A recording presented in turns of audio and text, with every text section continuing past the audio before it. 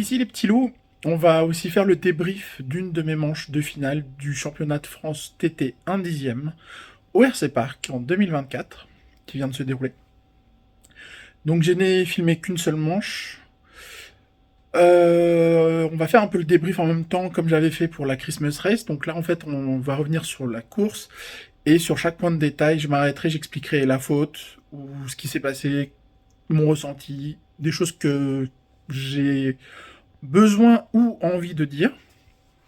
Parce qu'en fait, on en a beaucoup discuté avec Fabien et on a compris un peu la source d'un des problèmes que j'avais, qui n'explique pas tout bien sûr, mais euh, on a compris un peu pourquoi certains endroits mon buggy se comportait pas comme d'habitude et bon, on n'aurait pas pu faire grand chose vu les tacts, vu ce qu'on avait sur place.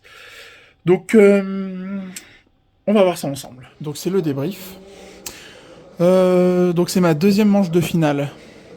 Série D, championnat de France TT1 10 au RC Park en 2024. Je suis ici, je pars à la 8ème place. Là, donc je suis là. D'accord, je vais partir là.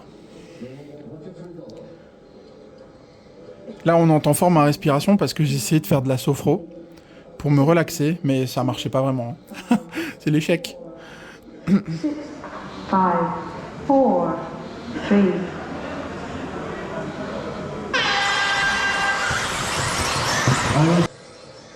Alors, on commence d'entrée. Ce petit coup de gaz que j'ai mis, en fait, là, je suis sorti hors du champ. Alors, je suis vraiment désolé pour le cadrage. J'ai pas avec le stress, j'ai pas pensé à vérifier le cadrage. Mais en fait, on voit que je suis sorti de la corde. La corde, c'est vraiment ici, il faut vraiment être collé comme ça, en fait. Voilà. Et on voit bien. On voit bien que je sors de la corde. Je sors vraiment de la corde là. Et ça, en fait, on a compris bien après d'où venait le problème. En fait, pour passer le contrôle technique, on a dû on a dû couper les cardans qui sortaient ici. Et on a même dû, je sais pas si on va bien voir à la caméra, voilà. Et on a même meulé l'écrou. En fait, Fabien a drémêlé, si je peux dire, a coupé le cardan, ce qui dépassait du cardan. Il y avait bien facilement 2-3 mm qui dépassaient. A meulé un peu l'écrou. Il a changé les cales, on le voit pas ici, mais il a changé les cales ici. Et ça suffisait toujours pas, il manquait 1 mm de chaque côté. Et donc on a changé les hexas. Je sais pas si on voit bien.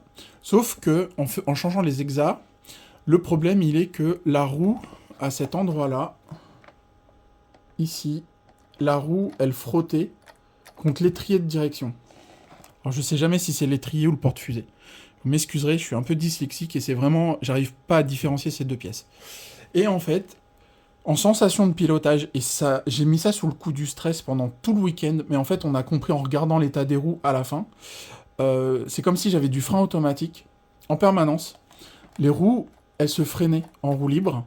Donc j'étais jamais vraiment en roue libre, alors que il y a toute une bonne partie de la piste où je suis en roue libre en fait.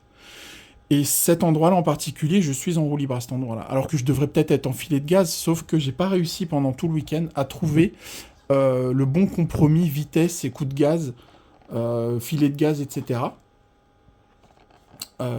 Et donc, ce qui fait que, une fois sur deux, j'étais pas à la corde à cet endroit-là. Donc, un coup sur deux, je gazais trop fort. Donc, je dépassais la corde. Ce qui explique pourquoi là, mon buggy il est là, et c'est pour ça que au lieu de faire ça, eh bien, je fais ça. Et je sors et je suis obligé de revenir à peu près là pour retrouver la corde le plus vite possible. Bon, je vais m'en mettre en vitesse normale.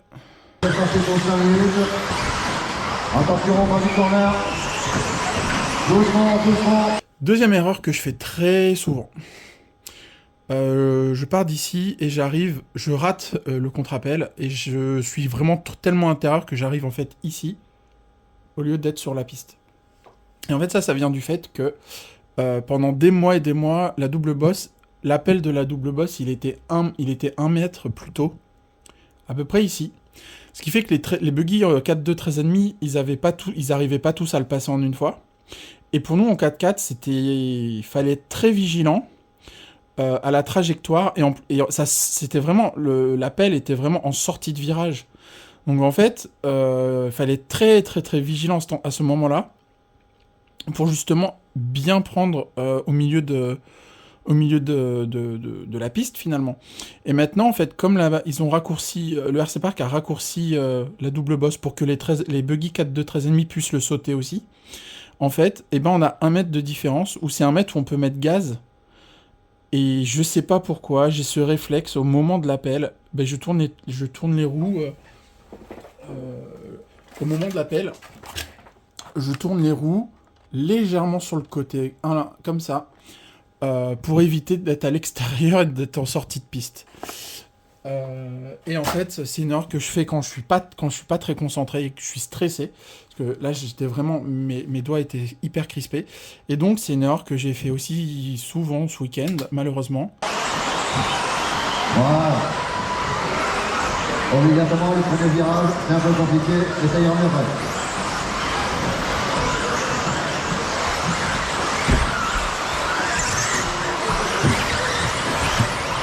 Donc, la pole position, Laurent qui a appuyé la tête de course, qui le CD, c'est Gabriel.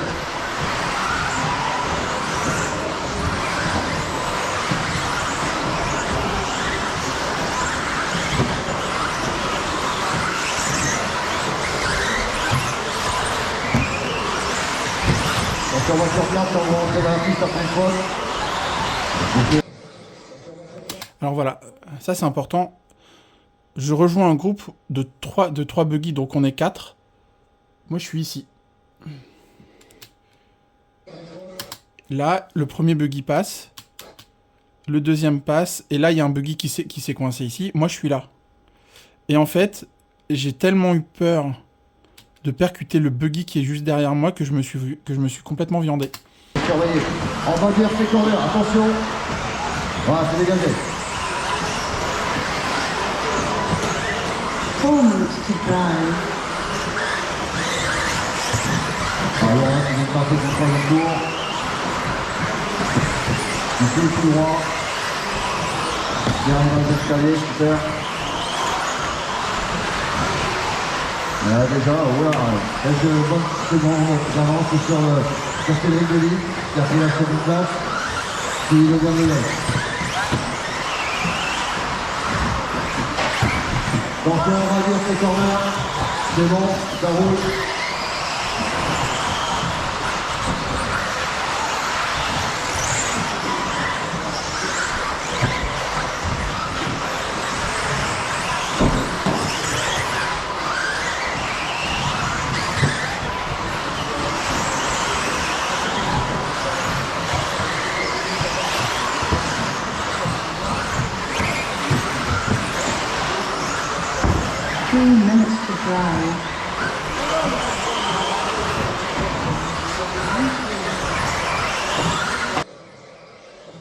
Voilà, donc ici, j'ai complètement foiré ma trajectoire. Je voulais tellement attaquer que j'ai pris beaucoup trop de risques et au lieu de sécuriser d'être à peu près là, ben, je suis parti là et ben forcément c'est ma faute là, complètement. Attention, rappelez-vous.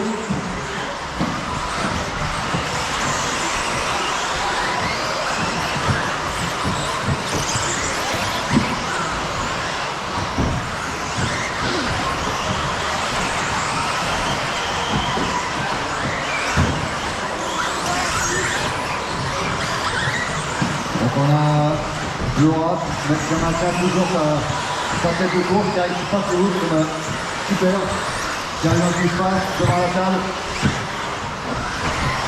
Entre les voitures qui sont dans les RC corner, vous avez la tête de course derrière. La voiture orange dedans. Attention, c'est Laura qui arrive derrière. Un petit spot.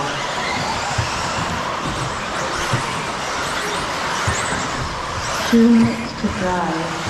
Voiture 10, ouais c'est passé, là, merci.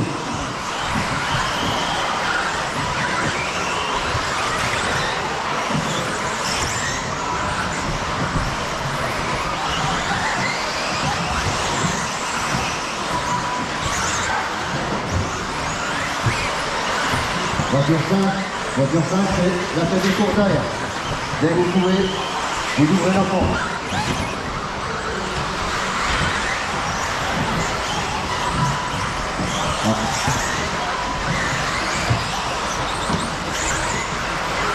Voilà.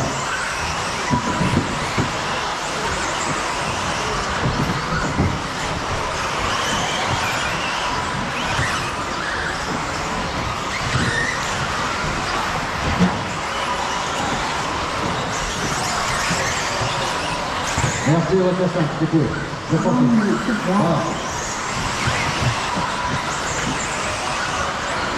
On pourra qui attaque la ligne. Cette cabriole-là, incroyable. Je l'avais jamais fait celle-là. Voilà. Qui maîtrise du même maître sur finale. Super. Pilotage propre, nickel, carré.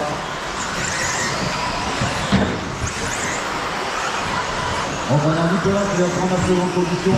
Philippe Gabriel et Cédric en quatrième position.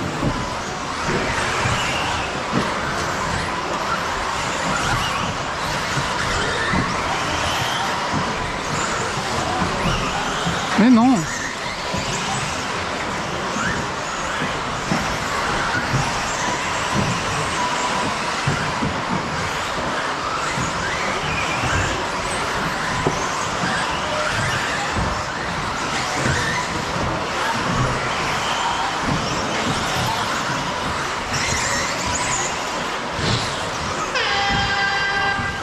Voilà, ça va être le dernier tour, voilà, dernier. Finish 1. Terminé pour Laurent, Raphaël, 5. Benjamin. Finish 10. Finish 2. Finish 9. Finish 6. Ah putain. Finish 4. Finish 3. Finish